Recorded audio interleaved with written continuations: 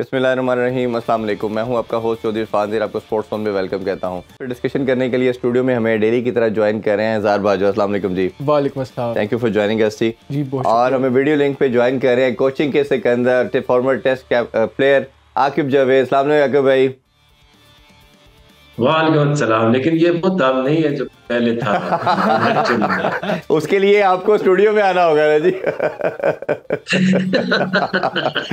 ऐसे ही है, वो बड़ा ही एक ज़बरदस्त किस्म की हमारी मेमोरी बनी थी।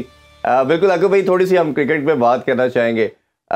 मेरा ख्याल है स्टार्ट हम इसी से करते हैं। ये एक 2 दिन पहले, जो 3 दिन पहले आपने देखा होगा, सिलेक्शन कमेटी का एक अनाउंसमेंट आती है और उसमें बात की जाती है कि हम वहाब रियाज की तरफ से स्टेटमेंट आती है कि हम सलमान बट को एज ए कंसल्टेंट हायर कर रहे हैं। एक तो इस डिसीजन को कैसे देखते हैं कि अगर चीफ सेलेक्टर खुद नहीं डिसाइड कर रहा, उसको कंसल्टेंट की ज़रूरत क्या है?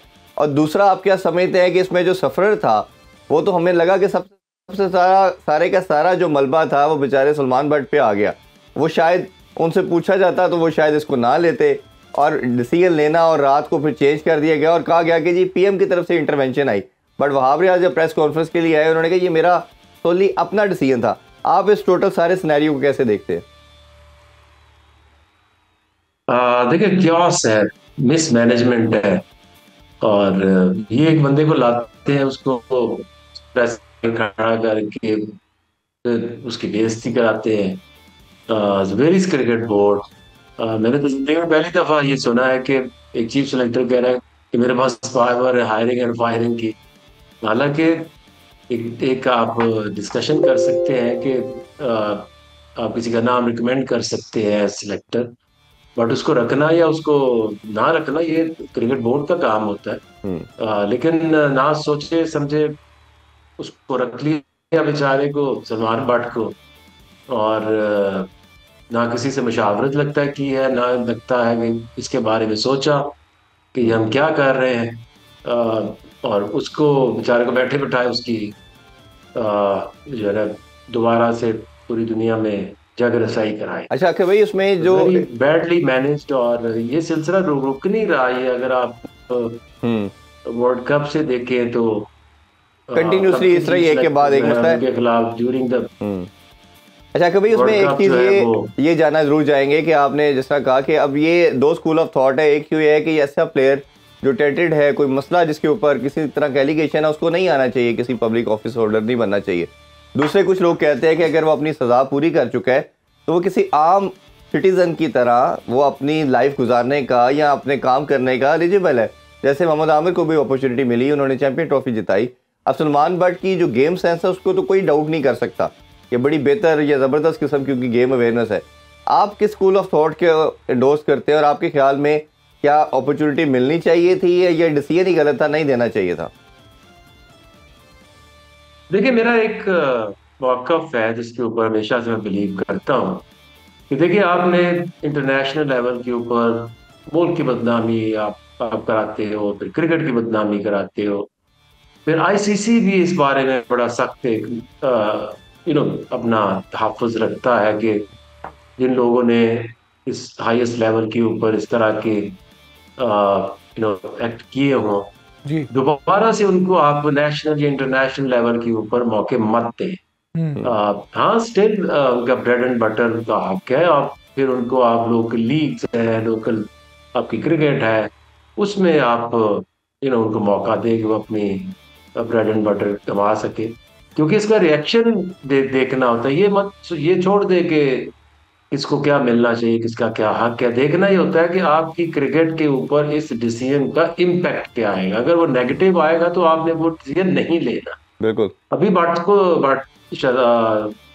को देखे तो, सलमान भट्ट को तो अभी कमेंट्री भी कर रहे हैं, डोमेस्टिक लेवल पे कोचिंग वगैरह भी कर रहे हैं। तो उसी तरह से उनको अपनी जो है ना आहिस्ता आहिस्ता साख बढ़ाए। और हमेशा हम कंपेयर करते हैं कि गलत काम हुआ फिर उसकी मिसालें दे देते हैं। आमिर को भी वापस लाने के कभी हक में नहीं था और ना लाना चाहिए था।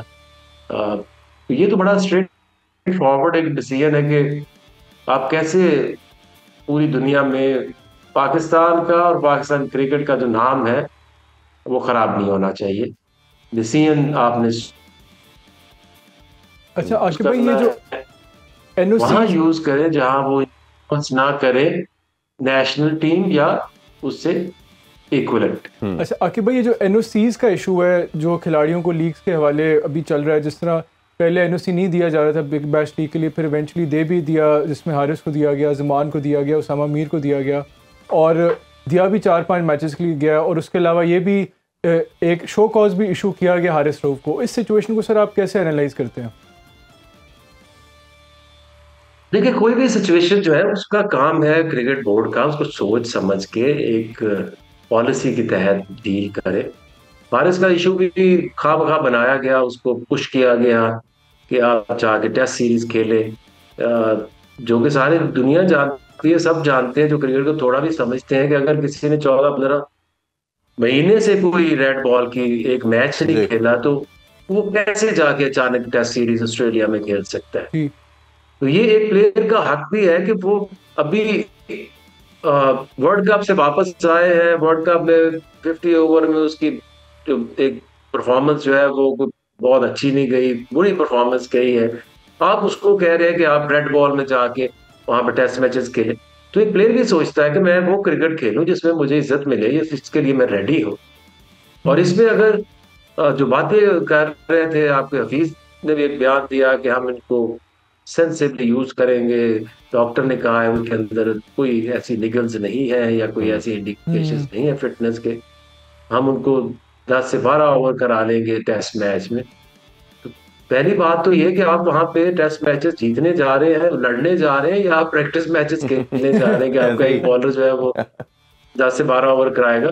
बहुत सारी इश्यूज है। और अभी आपने देखना ये होता है कि ये अक्रॉस द बोर्ड आप लाइन नहीं लगा देते कि एनओसी मिलेगी या एनओसी नहीं मिलेगी। जी आपने ये देखना है कि किन लोगों को एनओसी दे के उनकी खुद की क्रिकेट और वो पाकिस्तान की जो टीम में आके उस जो लीग खेलने जा रहे हैं उसका फायदा कितना होगा। जी अगर ये जो प्लेयर्स हैं तीनों, अगर इनको ये बिग बैश का इन्होंने ये एनओसी दी है, तो अगर ये बिग बैश के 4-4 5-5 मैचेस खेलते हैं और वहां से ये न्यूजीलैंड जाएंगे जी तो एटलीस्ट दे विल बी जो आपका अ, जो वर्कलोड है वो मैनेज भी हो जाएगा।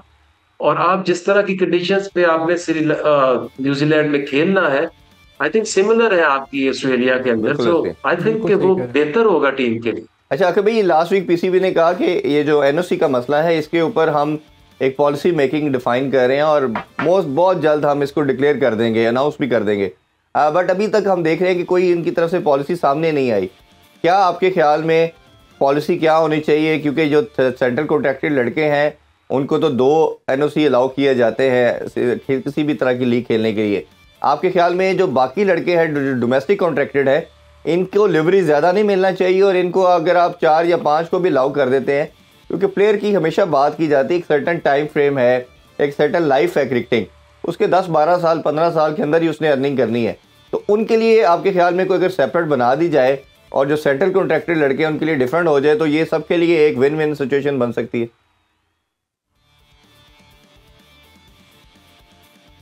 देखिए, सेंसिबल डिसीजंस आर इम्पोर्टेंट। आप अक्रॉस द बोर्ड एक लाइन लगा देंगे तो एट टाइम्स आपके मोस्ट वैल्यूएबल जो प्लेयर्स हैं उनको एट टाइम्स आपको हो सकता है एक भी लीग ना खेलने देनी चाहिए, जी जिस तरह से ऑस्ट्रेलिया करता है, इंग्लैंड करता है। आपका जैसे शाहीन और शहनशाह अफरीदी है, इसको आपने इस तरह से लेके चलना है कि फॉरगेट अबाउट के कॉन्ट्रैक्ट में क्या लिखा है। आपने उस प्लेयर को ये देखना है कि 10 से 12 साल वो कैसे आपकी टेस्ट क्रिकेट या बाकी क्रिकेट में पाकिस्तान को रिप्रेजेंट कर सकता है। किसी को रोक देना या एक एक लाइन लगा देनी, आपके जो नेशनल प्लेयर्स हैं उनके लिए प्लान डिफरेंट होना चाहिए और आपके जो डोमेस्टिक के प्लेयर्स हैं उनके लिए प्लान डिफरेंट होना सही चाहिए। कह रहे हैं। आप सीजन के दौरान ठीक है अपने जो डोमेस्टिक प्लेयर्स हैं उनको आप रोके, उसके बाद अगर 6-7 महीने जितने भी ऑफ सीजन है वो जितने मर्जी टूर्नामेंट खेलना चाहे उनको उनको एनओसी देनी चाहिए। क्योंकि एनओसी देने और ना देने के दरमियान जो एक वजह है वो दो है। एक कि आपकी जो डोमेस्टिक क्रिकेट है या नेशनल क्रिकेट है उसको छोड़ के लोग दूसरी चीजें प्रेफर ना करें। तीसरी चीज ये है कि आपका जो वर्कलोड है वो किन प्लेयर्स का जो नेशनल टीम में खेल रहे हैं, जो आपके रेगुलर मेंबर्स हैं, important members of the team है, आपने उनका वर्कलोड मैनेज करना है। आपने कोई 20 साल का बच्चा जो कराची या लाहौर से खेल रहा है, आपने उसको नहीं रोक देना कि आप सिर्फ 2 लीग्स खेल सकते हैं। बिल्कुल ऐसे ही। अच्छा आकिब भाई, मैं थोड़ा इस पे और आपसे जानना चाहूँगा कि एक क्वालिटी ऑफ लीग्स भी हैं, जिस तरह बिग बैश है या 100 है या साउथ अफ्रीका की लीग है या कैरेबियन प्रीमियर लीग है या लंकन प्रीमियर लीग है। ये वो लीग्स हैं जो टेस्ट प्लेइंग नेशन इसको मैनेज करती हैं। उसके बरक्स कुछ दूसरी लीग्स हैं, जिस तरह T10 की लीग है या अभी मेजर लीग क्रिकेट आ रही है US में, या कनाडा की लीग है। तो आपके ख्याल में इस हवाले से भी नहीं कोई डिफ्रेंसिएशन होनी चाहिए कि क्वालिटी ऑफ लीग भी मैटर करे, ताकि कोई हमारे खिलाड़ी कर जाएं किसी अच्छी लीग में खेलें, अच्छे स्टैंडर्ड की क्रिकेट खेलें? देखिए, जो आपके स्टैब्लिश प्लेयर्स हैं उनको तो आपने डेफिनेटली 2 लीग्स के ऊपर रोकना है, क्योंकि जितनी वो इंटरनेशनल क्रिकेट खेलते हैं, फिर 2 leagues are more than enough. जी। बट जहां तक आपके डोमेस्टिक प्लेयर्स की बात है, वो चाहे कोई भी लीग है, अगर उनको पैसा मिलता है, होती तो क्रिकेट ही है, तो हम्म। आप उनको जाने दें। और एट टाइम्स आपके जो यंग प्लेयर्स हैं, उनको जितना एक्सपोजर मिलेगा लीग्स के अंदर, हम्म। उनके लिए वैसे भी क्रिकेटिंग वाइज और फाइनेंशियली भी उनको सपोर्ट मिलेगी। हम्म। आफ्टर ऑल, एक प्लेयर को क्या चाहिए? उसको फेम चाहिए, उसको अपनी जो स्किल है उसको दिखाने का मौका मिलना चाहिए, और डेफिनेटली फाइनेंशियल उसको फायदा होना चाहिए। हम्म। हम्म। तो ये एक फुल टाइम जॉब है। इसके लिए एक स्पेशल प्लेयर मैनेजमेंट का बंदा पीसीबी में बैठा होना चाहिए। हम्म। वो और हम्म। आपका जो सिलेक्शन कमेटी है, वो मिल के हर प्लेयर का केस टू केस जो है ना, उसको डिस्कस करें। ये बिल्कुल नहीं ऐसे ही। है कि आपने एक लाइन लिख दी है कॉन्ट्रैक्ट के अंदर और उससे ना आगे जा सकते, ना पीछे जा सकते हैं। और ऑब्वियसली अगर भाई प्लेयर अगर टू आपका प्लेयर आप डोमेस्टिक, हाँ, आपका डोमेस्टिक क्रिकेट नहीं हो रही बात तो करें। आपका अलाउ करना चाहिए। अच्छा, थोड़ा सा आपका होने का फ़ायदा उठाते हैं। PSL भी बिल्कुल अराउंड द कॉर्नर है और ऑब्वियसली ड्राफ्टिंग भी आ रही है। 13 को लाहौर में हाई परफॉर्मेंस सेंटर में ड्राफ्टिंग होगी PSL की। कोई लाहौर के अंदर हमेशा हमें पता चलता है कि ऐसे नाम लेके आता है और एक दो प्लेयर तो ऐसे यूनिक होते हैं जो पूरी दुनिया को सरप्राइज़ करते हैं। तो इस दफ़ा कोई अपने टीम के कम्बिनेशन के हवाले से अगर आप कुछ शेयर करना चाहें, किन लड़कों पे आप रिलाई करें, और अगर कोई ऐसा नाम इमर्जिंग के अंदर या कोई ऐसा प्लेयर जिसको आपने छुपा के रखा हो और अभी दुनिया के सामने आप शोकेस करना चाह रहे हो, तो हमारे प्लेटफॉर्म पे ज़रूर बताइए। देखिए, एक तो सेटबैक है वो राशिद खान जो अनफिट है। हम्म। डेफिनेटली दुनिया की कोई ऐसी टीम खुश होगी। हम्म। डेफिनेटली नंबर 1 प्लेयर है दुनिया की। जी। हम्म। अब उनके बगैर हमें सीजन खेलना है, तो इसके लिए कुछ स्पेशल तैयारी करनी पड़ेगी। हम्म। और जो अब उसके राशिद के ना होने से थोड़े कॉम्बिनेशन जो है वो डिफरेंट ट्राई करेंगे। हो हम्म। सकता है इस दफा बॉलर्स और मे बी बैटर्स में भी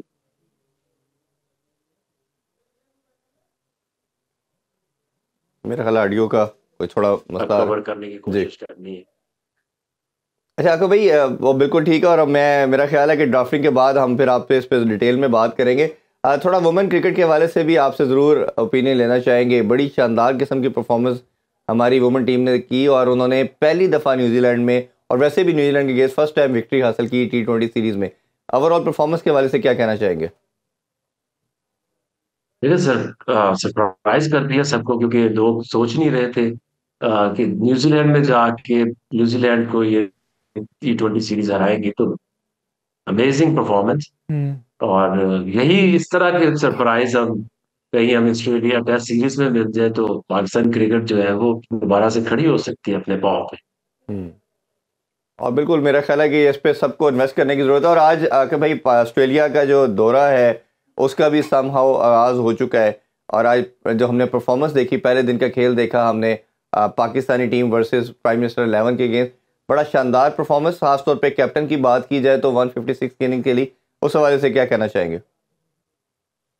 देखिए, शान के लिए ये आइडियल स्टार्ट है, क्योंकि जब हम बात भी कर रहे थे कि उसकी कप्तानी को लेके, तो हम सारे कंफर्टेबल हैं कि जिस तरह यॉर्कशायर या डोमेस्टिक में काफी सेंसिबल प्लेयर जी। है। चैलेंजिंग वही आ रहे थे कि उसकी own performance. So I think जिस एग्रेसिव बैटिंग से उसने 150 रन किए, आई थिंक ये उसके लिए बहुत ही जरूरी थे। और he always leaded like good start as captain leading from the front. अगर ये रन्स कर गया so I think then it's going to be a very very good choice as test captain. अच्छा आकिब भाई, आज जो इन्होंने टीम खिलाई है प्राइम मिनिस्टर 11 के खिलाफ, उसमें उन्होंने खुर्रम शहजाद को खिलाया, मीर हमज़ा को खिलाया, आमिर जमाल को खिलाया है और फ़हीम को खिलाया, जबकि शाहीन और हसन अली नहीं खेल रहे। तो ये कोई इंडिकेशन नहीं है कि ये जो पहला टेस्ट होगा पर्थ में, उस हवाले से ये इन सबको ट्राई करना चाह रहे हैं तमाम लोगों को, क्योंकि शाहीन और हसन अली शायद स्टार्ट करें उस मैच में। ठीक कह रहे हैं क्योंकि Hasan is very experienced bowler, but मेरा यही क्वेश्चन मार्क है, क्या वो 3-4 स्पेल एक दिन में उस इंटेंसिटी से करेंगे या नहीं करेंगे। बट आई स्टिल बिलीव कि शाहीन के साथ अगर टेस्ट मैचेस में आपको कोई एक प्रेफरेंस डाल सकता है तो वो खुर्रम शहजाद है। जी। एक तो यंग है, दूसरा मैंने उसकी बॉलिंग थोड़ी ऑब्जर्व की है, वेरी फाइन सीम बॉलर, और एनर्जी है जो कि 3-4 स्पेल्स पूरे दिन में कर सकता है। तो आई थिंक ठीक है, हसन को जरूर कंसीडर करें, बट डिपेंड करता है कि अगर खुर्रम शहजाद इस इस मैच में अच्छी बॉलिंग करता है और उसके साथ साथ आपको एक ऑलराउंडर भी खिलाना है बिटवीन फ़हीम एंड आमिर जमाल। जी। सो ये 2-3 लोग हैं ट्रायल्स के ऊपर, जो भी अच्छा करेगा तो डेफिनेटली उसको आगे टेस्ट मैच में मौका मिले। बिल्कुल ठीक है आका भाई, बहुत बहुत शुक्रिया आपके टाइम का। इंशाल्लाह फ्यूचर में फिर आपको ज़हमत देंगे। अभी और छोटे सा जी ब्रेक के बाद दोबारा डिस्कशन करते हैं। Stay with us.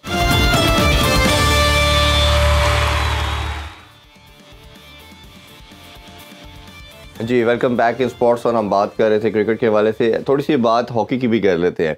Pakistani team जो अंडर 19 की है वो मलेशिया जा चुकी है और पहला मैच नीदरलैंड के अगेंस्ट खेली, 3-3 से बराबर रहा। बड़ा ज़बरदस्त किस्म की परफॉर्मेंस, क्योंकि नीदरलैंड हम जानते हैं कि बड़ी टीम भी उनकी बहुत शानदार है और अंडर 19 की टीम भी बहुत शानदार है। इस मुकाबले को कैसे देखते हैं और जो बराबर खेलना, ये कितनी बड़ी अचीवमेंट है? देखिए, Netherland is a proper sporting nation. उनकी क्रिकेट की टीम भी हमने देखा है, इस दफ़ा वर्ल्ड कप में आ गई है।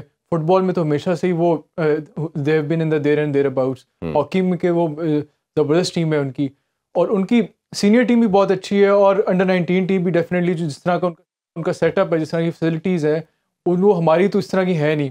इस हवाले से देखा जाए, जो हमारे खिलाड़ियों ने उनके साथ एक अच्छा स्टार्ट लिया, 3-3 का ड्रॉ किया है, शोज़ के they have potential, raw talent है। इसको मज़ीद इन खिलाड़ियों को राइट इन्वायरमेंट की ज़रूरत है, और आगे देखते हैं आगे इस ये टूर्नामेंट में कैसे परफॉर्म करते हैं। बिल्कुल, और मेरा ख्याल है कि इस टीम का सारा डिपेंडेंट है इंटरनेशनल बड़ी टीम के लिए भी, कि अगर यही लड़कों ने जाके आगे प्रूव करना है इंटरनेशनल लेवल पे बड़ी साइड को भी। अच्छा, थोड़ा सा अंडर 19 क्रिकेट के हवाले से भी बात कर लेते हैं। एशिया कप के लिए और वर्ल्ड कप के लिए दुबई ट्रैवल कर चुके हैं। ऑब्वियसली लड़के हम देख चुके हैं इंटरनेशनल सर्किट पे, बड़े ज़बरदस्त किस्म की परफॉर्मेंस। इस टीम को कैसे देखते हैं और क्या चांसेस आपको नज़र आते हैं? देखिए, टैलेंटेड टीम है, हम उम्मीद करेंगे कि ये अच्छा परफॉर्म करें। और जिस तरह का एक डिबेट की जाती है कि जी हमारे अंदर टैलेंट नापेद हो गया, लेकिन हमारे जो अंडर 19 या अंडर 21 की परफॉर्मेंसेस रही है, हाल ही में श्रीलंका में हमने अंडर 21 टूर्नामेंट जीता, तो टैलेंट है। और इससे साफ ज़ाहिर है कि इनको अगर राइट इन्वायरमेंट दिया जाए और राइट इनको तरीके से इनको ग्रूम किया जाए, तो ये आगे जाके सीनियर टीम के लिए अच्छा परफॉर्म कर सकते हैं। और ओबियसली ये लड़के ही आपका फ्यूचर होते हैं और इन पे इन्वेस्ट करना बहुत ज़रूरी है। और हमारा पूल मेरा ख्याल है बड़ा ज़बरदस्त है। थोड़ा फुटबॉल के हवाले से भी आपसे ज़रूर जानना चाहेंगे। इंग्लिश प्रीमियर लीग के मैचेस हो रहे हैं, उस हवाले से क्या अपडेट है? इंग्लिश प्रीमियर लीग इस दफ़ा बहुत ही इंटरेस्टिंग हो रही है। वजह उसकी ये है कि पहले तो मैन सिटी ने पिछले 8-5-10 साल में बड़ा डोमिनेट किया है, बहुत ही शाज़ नाज़िर ही किसी और टीम को मौका दिया लीग जीतने का। इस बार मैन सिटी थोड़ी उनकी परफॉर्मेंस ज़रा डाउटफुल लग रही है। उसकी वजह यह है कि उनके पास इंजरीज बहुत ज़्यादा हैं, और सरप्राइजिंगली आर्सेनल लीड कर रहा है इस टाइम टेबल को। मैन सिटी और लिवरपूल सेकंड थर्ड पोजीशन पे हैं, तो ये बड़ा इंटरेस्टिंग होगा। लग रहा है इस दफ़ा 3 हॉर्स प्रीमियर लीग रेस होगी। और लास्ट जो इस वीकेंड मैचेस हुए हैं, मैन सिटी का टॉटनहम से 3-3 ड्रॉ हुआ, लिवरपूल का 4-3 फुलहम से एक बड़ा एक्साइटिंग किस्म का मैच हुआ, आर्सेनल भी 2-1 जीत गया। तो ये एक 3 हॉर्स रेस लग रही है, और इनमें से कोई भी इस टाइम जीत सकता है ऑब्वियसली। और आपसे हम अपडेट उस वाले से लेते रहेंगे। अच्छा, थोड़ा सा coming back to the cricket, आज ऑब्वियसली हमने देखा कि पाकिस्तानी टीम ने मैच अपना स्टार्ट कर दिया है जो प्राइम मिनिस्टर 11 के अगेंस्ट। टीम कम्बिनेशन भी हम देख रहे हैं, जिस तरह हमने ब्रेक से पहले बात की कि शाहीन को, हसन अली को रेस्ट दिया गया। आप शायद अपनी जो सेकंड और थर्ड ऑप्शन है उनको आप देखना चाह रहे हो, किसको आपने पहले मैच में उतारना है। 100 विकेट के हवाले से बताइए, आपने कैसा उसका बिहेवियर देखा? क्योंकि वैका में जो पर्स में खेला जाना वो ऑल टुगेदर डिफरेंट विकेट है और दुनिया की सबसे तेज़ विकेट भी बोला जाता है। और दूसरा शान मसूद की शानदार परफॉर्मेंस, अब्दुल्ला शफीक ने भी अच्छा स्टार्ट लिया, बाबर बड़ा अच्छा खेले।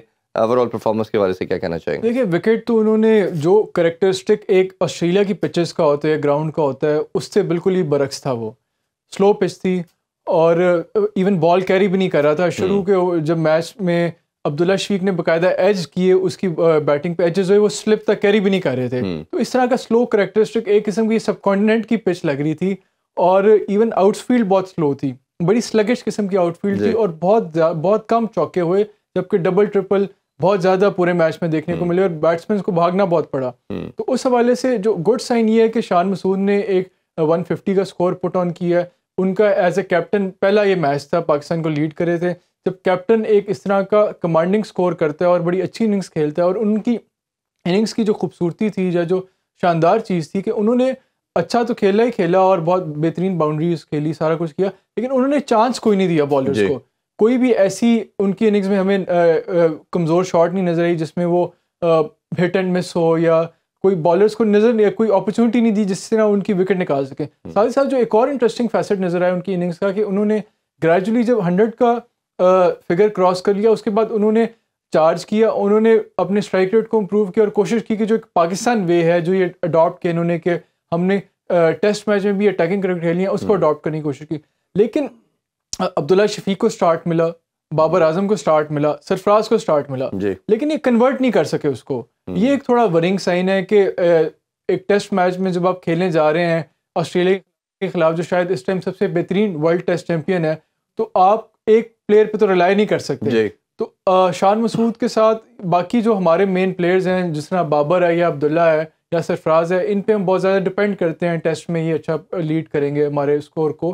तो उनको स्टार्ट मिला, उनका वो कन्वर्ट नहीं कर सकते, ये एक साइन है। अच्छा, उस पर बाबर के वाले थोड़ी बात करना चाहेंगे। जिस तरह मोहम्मद हफीज़ ने भी प्रेस कॉन्फ्रेंस में कहा कि कप्तानी का प्रेशर तो होता है, और हमने देखा कि बाबर पे डबल प्रेशर था, और अब एज ए प्लेयर जब बाबर खेलेंगे तो वो हम चाहते हैं या पूरा पाकिस्तान चाहता है कि हमारे नंबर 1 बैटर हैं और अच्छा परफॉर्म करके वो पाकिस्तान को विक्ट्री दिलवाएं। आपके ख्याल में, आपने आज इनिंग्स भी देखी, क्या आपको लगता है कि बाबर के ऊपर प्रेशर नहीं था? और आगे ये जो टेस्ट सीरीज़ है या आगे अपकमिंग जितनी भी इवेंट्स आने हैं, ये बाबर के लिए कितना ये हेल्पफुल हो सकता है कि अगर ये चीज़ हम एक लम्हे मानते हैं कि कप्तानी का प्रेशर उन पर नहीं है, और जो एक चीज़ उनके साथ टैग नहीं हो पाती कि वो मैच विनिंग इनिंग्स नहीं खेल पाते, उस लिहाज से वो किस तरह इफेक्टिव हो सकते हैं? देखिए बाबर के लिए ये जो टूर्नामेंट है, ये सीरीज़ है, बहुत ही क्रूशल है। This could be a rebirth of Babar.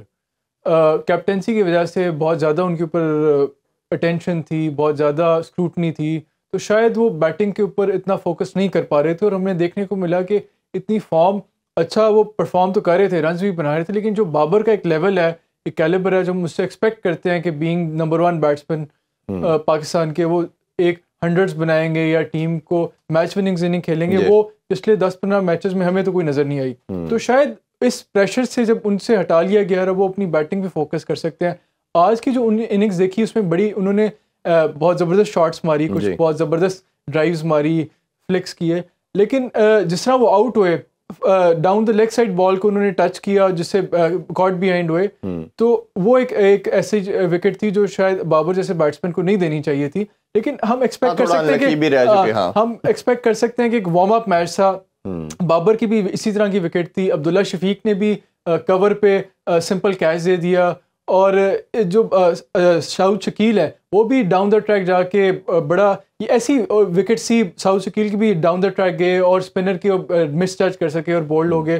Sarfaraz भी down the leg side edge होके कॉट बिहाइंड हो गए। तो ये इस तरह की विकेट सी जो मैं समझता हूँ कि शायद वार्म अप मैच में जब आप इतनी कंसंट्रेशन लेवल नहीं रहती तो आप कोई गलती कर देते और विकेट दे देते हैं। तो हम एक्सपेक्ट कर सकते हैं कि जब ये प्रॉपर टेस्ट मैच होगा तो ये इस तरह की विकेट्स नहीं देंगे। लेकिन जो क्वालिटी ऑफ बॉलिंग थी आज ऑस्ट्रेलिया की, अगर आप उसका कंपेयर करें कमिंस से या हेजलवुड से या स्टार्क से, उस क्वालिटी की, उस कैलिबर की बॉलिंग बिल्कुल भी नहीं थी, और ना ही ये प्रॉपर ऑस्ट्रेलियन कंडीशन से। तो जो आज की परफॉर्मेंस है उसको आप रिफ्लेक्शन नहीं कंसिडर कर सकते कि इसी तरह की परफॉर्मेंस जो पहले टेस्ट मैच में भी दी जाएगी। बिल्कुल। अच्छा, हमने बात की जिस तरह ऑस्ट्रेलियन स्क्वाड जो है ना वो बहुत कम्प्रीहेंसिव और कंप्लीट नज़र आता है, और मेरा ख्याल है कि जो उनके टेस्ट चैंपियनशिप के प्लेयर थे तमाम इसको रखे गए।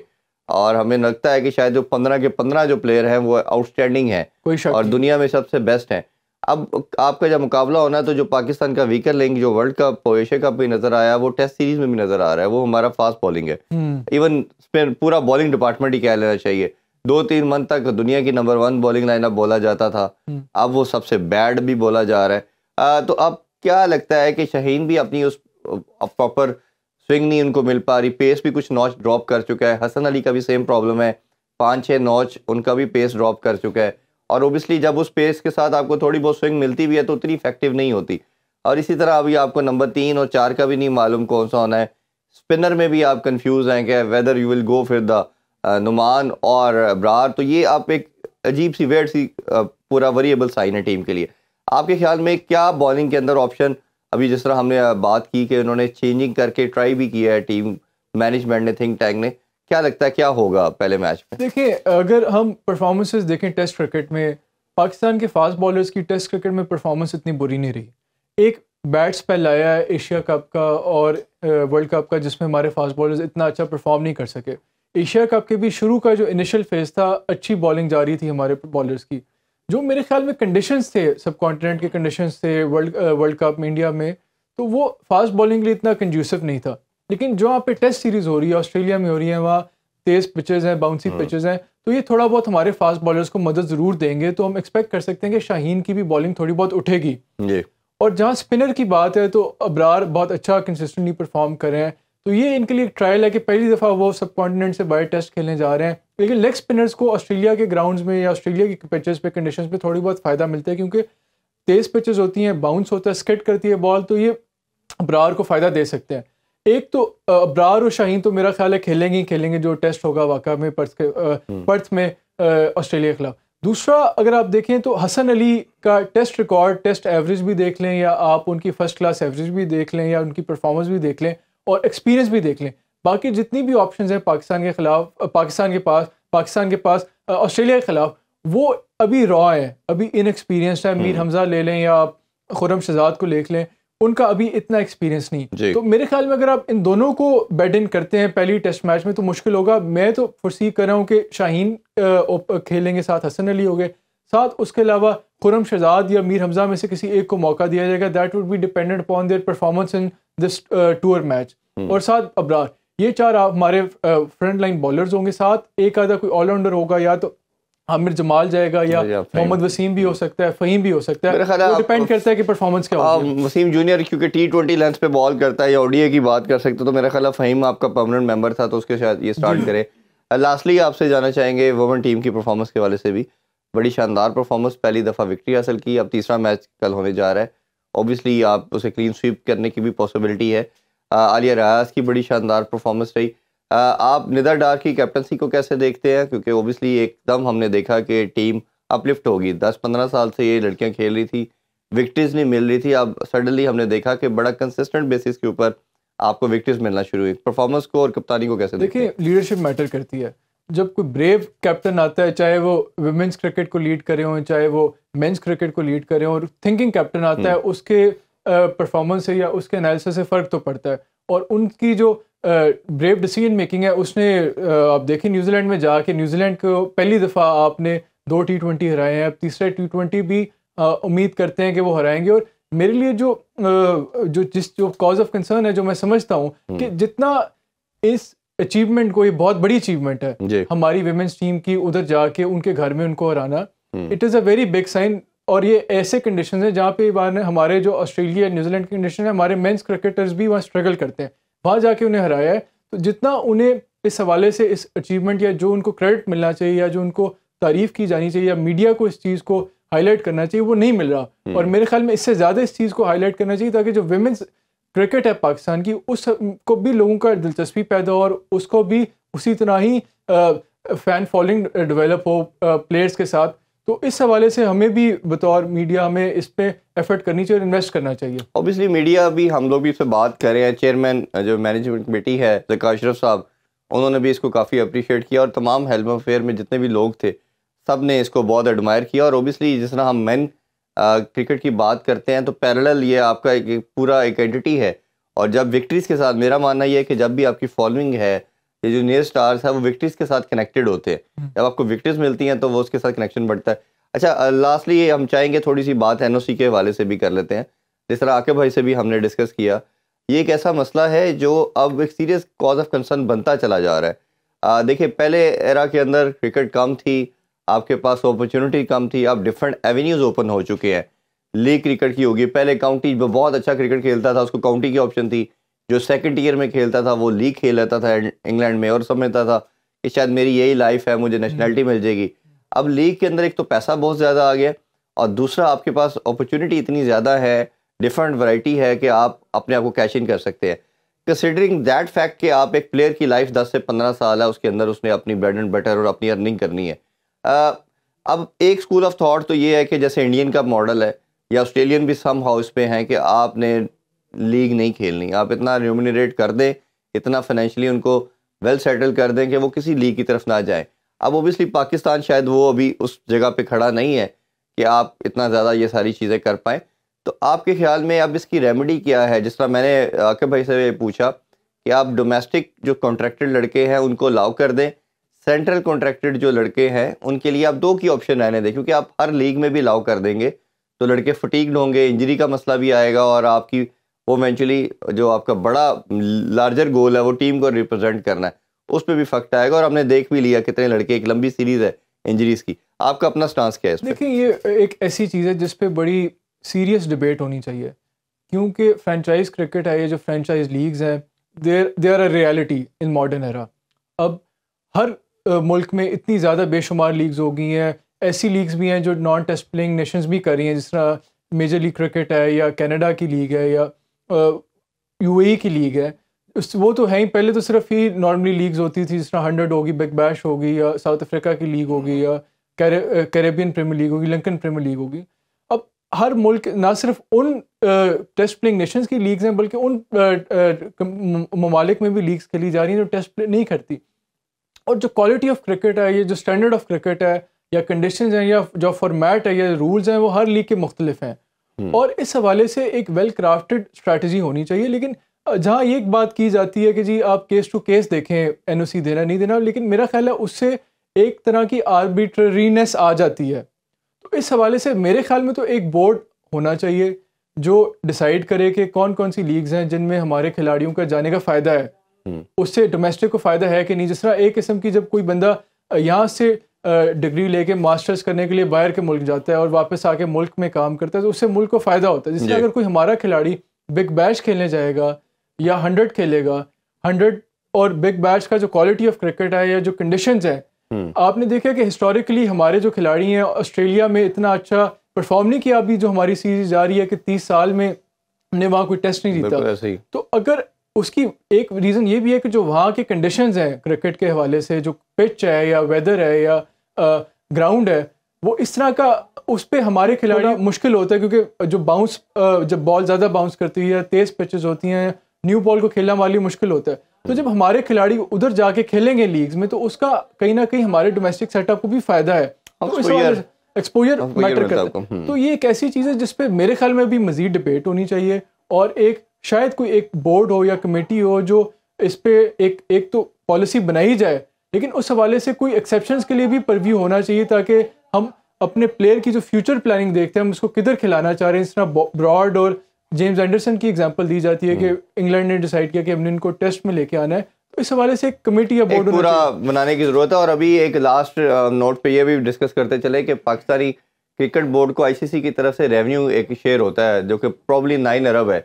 अब वो क्रिकेट की डेवलपमेंट के लिए होता है, उसको पंजाब स्पोर्ट्स डिपार्टमेंट के साथ सिवरेज के लिए यूटिलाइज़ करने की बात की गई और 50 करोड़ का ग्रांट देने की बात की गई है, जो कि मेरा ख्याल है एक कॉज ऑफ कंसर्न है। और अगर आईसीसी ने इसके ऊपर, हमें याद पड़ता है जिम्बाब्वे और 1-2 बोर्ड को पहले सैक कर चुके हैं कि जो ग्रांट दी जाती है वो टोटली प्योरली क्रिकेट से रिलेटेड चीज़ों के लिए होती है और उसके लिए किया जाता है। तो मेरा ख्याल है इस पर पाकिस्तानी गवर्नमेंट को सीरियसली देखना चाहिए और आप तमाम इन चीज़ों को क्रिकेट रिलेटेड चीज़ें और डेवलपमेंट के तौर पे यूज़ करना चाहिए। अभी आपसे इजाज़त चाहते हैं जी, इंशाल्लाह कल दोबारा मुलाकात होगी। अपना बहुत ख्याल रखें। अल्लाह हाफिज़। पाकिस्तान जिंदाबाद।